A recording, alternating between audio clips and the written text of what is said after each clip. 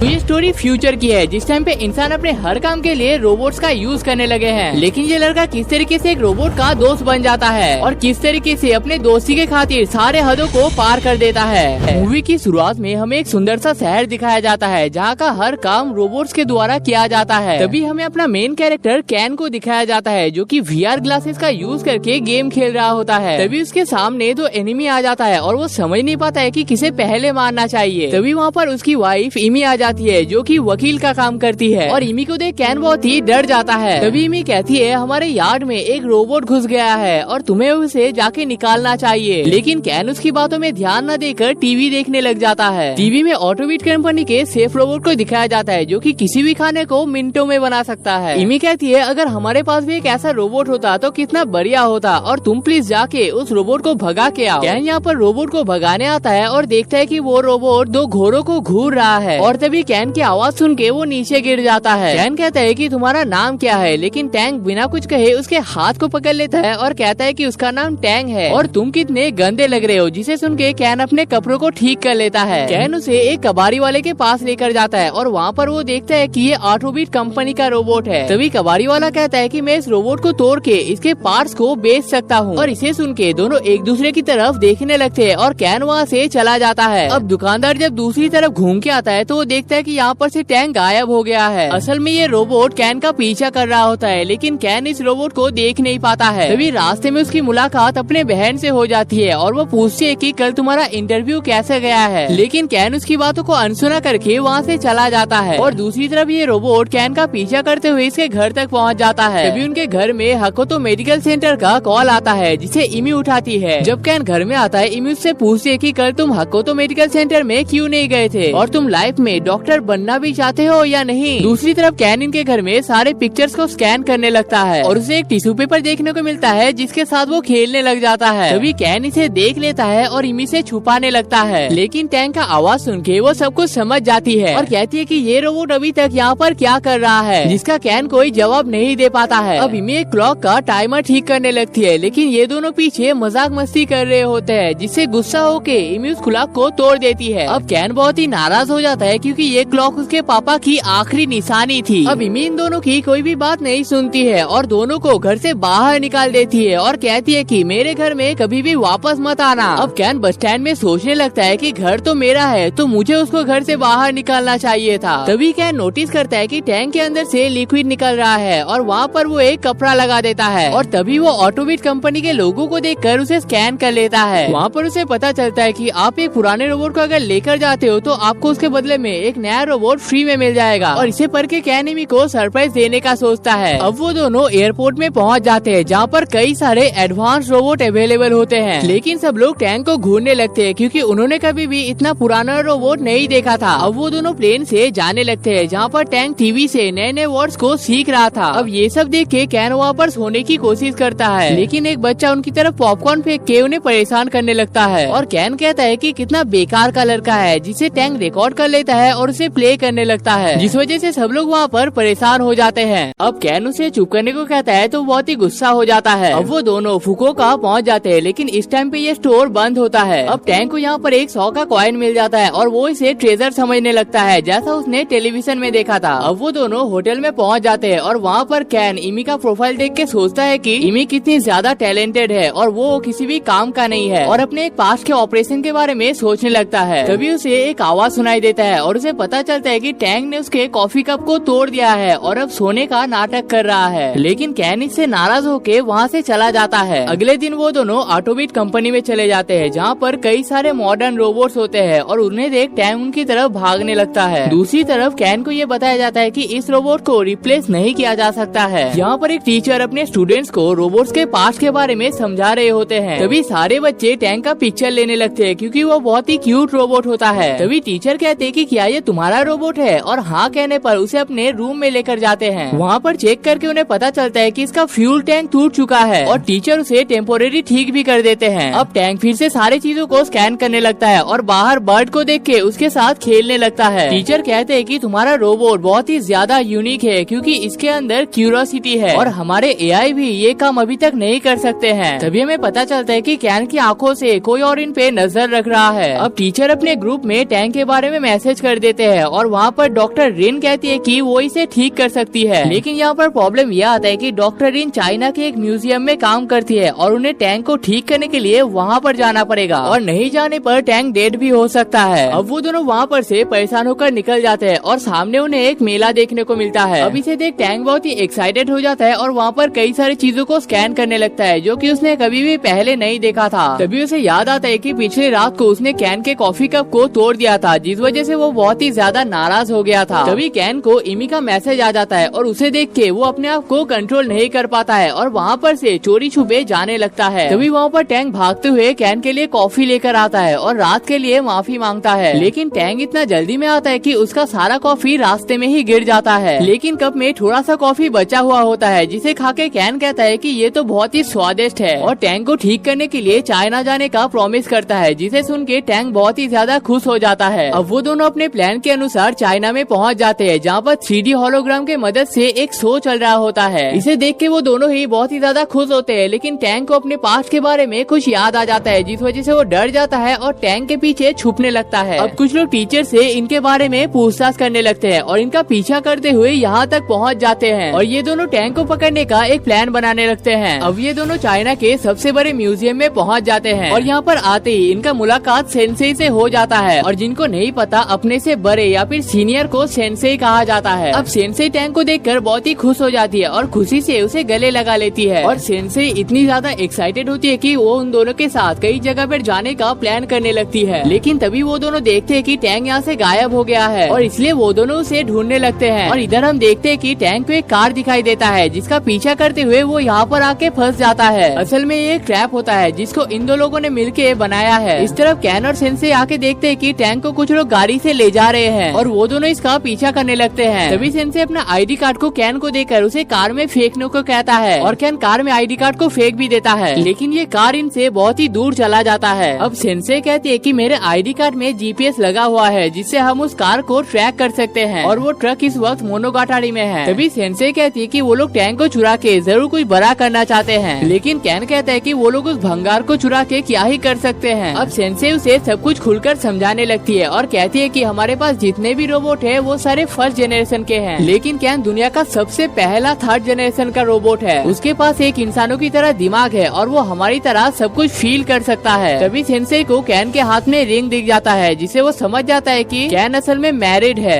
दूसरी तरफ कैन के घर में उसकी बहन आई हुई होती है और वो कहता है कि पहले मेरा भाई एक डॉक्टर बनना चाहता था, लेकिन पापा के गुजर जाने के बाद वो बहुत ही ज्यादा बदल गया है। अब इमी कहती है कि मैंने जब इससे पहली बार बात किया था मुझे लगा था कि एक ऐसा लड़का है जो डॉक्टर बन के सबकी मदद करना चाहता है, लेकिन अब शायद वो लड़का कहीं पर खो चुका है। अब वो दोनों जीपीएस का फॉलो करके एक गोडाउन में पहुंच जाते हैं और तभी इमी कैन को कॉल करके कहती है कि वो अब इस रिलेशनशिप से बोर हो चुकी है और वो अब कैन के साथ अपना लाइफ स्पेंड नहीं कर सकती है। अब इसे सुन के कैन का दिल टूट जाता है और सेंसेई पूछती है कि तुम्हारे साथ क्या हुआ है। तो कैन कहता है कि यहाँ पर आने से पहले उसका इमी के साथ झगड़ा हुआ था और इमी अब उसके साथ रहना नहीं चाहती है। अब यहाँ पर कैन और सेंसेई देखते हैं कि वो दोनों टैंक को परेशान कर रहे हैं। अब उन दोनों के साइड में जाने के बाद कैन और सेंसेई टैंक को छुड़ा लेते हैं और वहाँ पर से जाने लगते हैं। अब यहाँ पर डॉक्टर अशोका आ जाते हैं और साथ ही में वो दोनों भी आ जाते हैं। अब कैन कहता है कि तुम दोनों टैंक को किडनैप क्यों करना चाहते हो। तो डॉक्टर अशोका कहते हैं कि टैंक तुम्हारा नहीं हमारा रोबोट है और उसके न्यूरोचिप को देखकर कहते हैं कि ये काम जरूर डॉक्टर प्रभास का होगा। सेंसेई पूछती है कि डॉक्टर प्रभास कौन है। अशोका कहते हैं कि तुम लोग अब टैंक को भूल जाओ और उसे खींच कर यहाँ पर से ले जाने लगते हैं। कैन उन्हें रोकने के लिए जाता है, लेकिन उनके हाथ में इलेक्ट्रिक गन होता है। अब कैन एक आइडिया लगाता है और कहता है कि वैसे भी मुझे स्टीन के डब्बे की कोई जरूरत नहीं थी और तुम लोग इस डस्टबिन को ले जा भी सकते हो। अब इसे सुन के टैंक बहुत ही गुस्सा हो जाता है और अपने सर से धुआं छोड़ने लगता है और कैन एक बॉल का यूज करके शॉकिंग गन को दूर में फेंक देता है। तभी सेंसेई उस मशीन से एक आदमी को शॉक देकर उसे बेहोश कर देती है। अब वो आदमी बिल्कुल भी हिलडुल नहीं रहा होता है और वो कहता है कि ये आदमी क्या अभी भी जिंदा है। तभी कैन उसके हार्ट बीट को ट्रैक करके कहता है कि हाँ ये अभी भी जिंदा है। अब सेंसेई इलेक्ट्रिक शॉक से सबको डराने लगती है और कैन और टैंक को वहाँ से जाने को कहती है और कहते हैं कि डॉक्टर प्रभास एक बहुत बड़े साइंटिस्ट है और वो जरूर टैंक को ठीक कर सकते हैं। अब कैन थोड़ा सा आगे जाके देखता है कि टैंक बिल्कुल भी हिलडुल नहीं रहा है और उसका फ्यूल भी खत्म होने को आया है और अगर ये खत्म हो गया तो टैंक को रिवाइव करना बहुत ही मुश्किल हो जाएगा। तभी उनके पास एक कॉल आता है और वो कहते हैं कि उनका नाम डॉक्टर प्रभास है और उन्होंने टैंक को बनाया है। तभी कैन टैंक को दिखाता है और कहता है कि इसे क्या हुआ है। तो डॉक्टर प्रभास कहते हैं कि इसे कुछ भी नहीं हुआ है, ये बस ओवरहीट हो गया है और ठंडा होते ही ये ठीक हो जाएगा और ठीक होते ही इसे मेरे पास लेकर आना। अब वो दोनों बस से प्रभास के घर में जा रहे होते हैं और रास्ते में उन्हें एक एक्वेरियम देखने को मिलता है, जिसे देख के टैंक वहाँ पर जाने की जिद करने लगता है। अब कैन का मन तो नहीं करता है, लेकिन टैंक की वजह से वो वहाँ पर जाने के लिए राजी हो जाता है। लेकिन वहाँ पर जाके वो व्यू को बहुत ही ज्यादा एंजॉय कर रहा होता है। तभी वो टैंक के साथ बिताए सारे पलों को याद करने लगता है और सोचता है कि हम कितने कम वक्त में कितने अच्छे दोस्त बन गए हैं। तभी वहाँ से आते वक्त टैंक पानी में गिर जाता है और उसे बचाने के लिए कैन भी पानी में कूद जाता है। अब अगले सीन में हम देखते हैं कि कैन एक कपड़े से टैंक को साफ कर रहा होता है और कहता है कि तुम थोड़ी देर बाद ही अपने नए घर में शिफ्ट हो जाओगे और वहाँ पर जाके तुम्हें किसी को भी परेशान नहीं करना है और तुम मेरे साथ नहीं रह सकते क्योंकि मैं तुम्हारा ध्यान नहीं रख सकता हूँ और असल में मैं कोई भी काम नहीं कर सकता हूँ।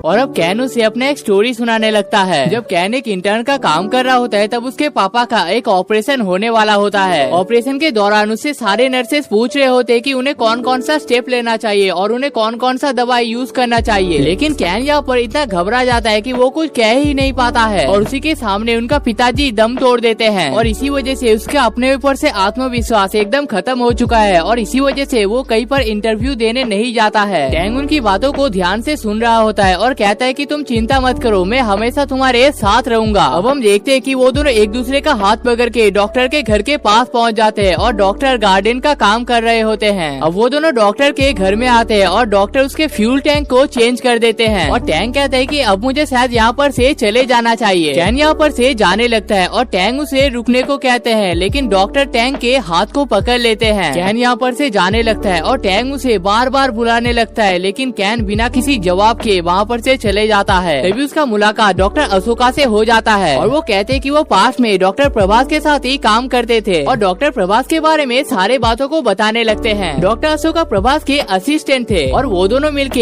एक नेक्स्ट लेवल का AI रोबोट बनाना चाहते थे। प्रभास एक ऐसा रोबोट को बनाना चाहता था जो सोल्जर्स की तरह लड़ाई कर सकता है, इसलिए डॉक्टर ने कई सारे रोबोट्स को बनाए थे और उसमें से एक चिप से टैंक का भी था। उस टाइम पे टैंक का नाम जेम्स था, लेकिन फाइट के दौरान वो एक भी बुलेट फायर नहीं कर रहा था। अब इस चीज को देख के प्रभास बहुत ही शॉक हो जाते हैं क्योंकि इस रोबोट के अंदर फीलिंग्स डेवलप हो रहा था। लेकिन तभी जेम्स सारे रोबोट्स को ही मार देता है। अब प्रभास इस चिपसेट के साथ बिजनेस करना चाहता था और इसलिए उसने सारे रिसर्च पेपर्स को जला दिया था। अशोका इस ट्रैप से किसी तरीके से बच गया था और वो बचने के बाद प्रभास और इस रोबोट का खोज कर रहा था। अब इन सब बातों को सुन के टैंक अशोका को छोड़ के प्रभास के घर की तरफ जाने लगता है। अब टैंक को याद आ जाता है कि पिछली बार प्रभास ने उसके चिपसेट को निकाला था और फिर से उसके चिपसेट को निकालने जा रहा है और इसे सोच के वो किसी तरीके से वहाँ से भागने लगता है और भागते हुए एक अंडरग्राउंड बेस में पहुँच जाता है जिसको प्रभास एक लैब की तरह यूज करता है। अब डॉक्टर टैंक को पकड़ने के लिए आ जाते हैं, लेकिन इतने में यहाँ पर कैन भी आ जाता है। अब टैंक उसे देख उसके पास चला जाता है और कहता है कि कैन हमें यहाँ से जल्दी से चले जाना चाहिए, लेकिन प्रभास सारे गेट्स को बंद कर देता है। दूसरी तरफ यहाँ पर अशोका भी आ जाते हैं, लेकिन गेट बंद होने की वजह से वो कुछ कर नहीं पाते हैं। अब डॉक्टर कैन से फाइट करने लगता है और कैन एक रोबोटिक हैंड का यूज करके डॉक्टर को घायल कर देते हैं। अब टैंक भाग के कैन की तरफ आने लगता है, लेकिन उसके ऊपर एक लोहे का शेल्फ गिर जाता है। कैन देखता है कि टैंक का पावर ऑफ हो चुका है, उसका लिक्विड टैंक बुरी तरीके से टूट चुका है और उसका सारा लिक्विड नीचे गिर चुका है। अब कैन अशोका को कॉल करके टैंक को ठीक करने लगता है। कैन देखता है कि टैंक के कई सारे वायर टूट चुका है। उसे ठीक करते वक्त उसे फील होता है कि ये मूवमेंट एकदम उसके पापा के ऑपरेशन की तरह ही है। वो अगर कोई भी गलती करता है तो इसे टैंक डेड भी हो सकता है, लेकिन फिर भी उसे ये रिस्क लेना ही पड़ेगा। कैन अशोका की मदद से टैंक को ठीक तो कर लेता है, लेकिन उसका सारा मेमोरी डिलीट हो चुका है और वो कैन को पहचान नहीं पाता है। इससे कैन को बहुत ही दुख होता है और आज तक उन्होंने जितना भी काम किया है वो सब कुछ टैंक को बताने लगता है। अब हम लोग टैंक के पास से देखते हैं कि टैंक प्रोफेसर के घर से किस तरीके से निकला था। एक दिन टैंक एक ट्रक में बैठ के कैन के शहर में पहुंच जाता है और वहाँ पर एक घोड़ा सप्लाई करने वाले ट्रक में चढ़ जाता है। उस कंपनी का नाम था टोनी गावा, लेकिन उस कार में सिर्फ टैंक बॉडी ठीक से दिख रहा था और अगले दिन कैन जब उससे उसका नाम पूछता है तो वो यही नाम बता देता है और अब टैंक को सब याद आ जाता है और कैन को गले लगा लेता है।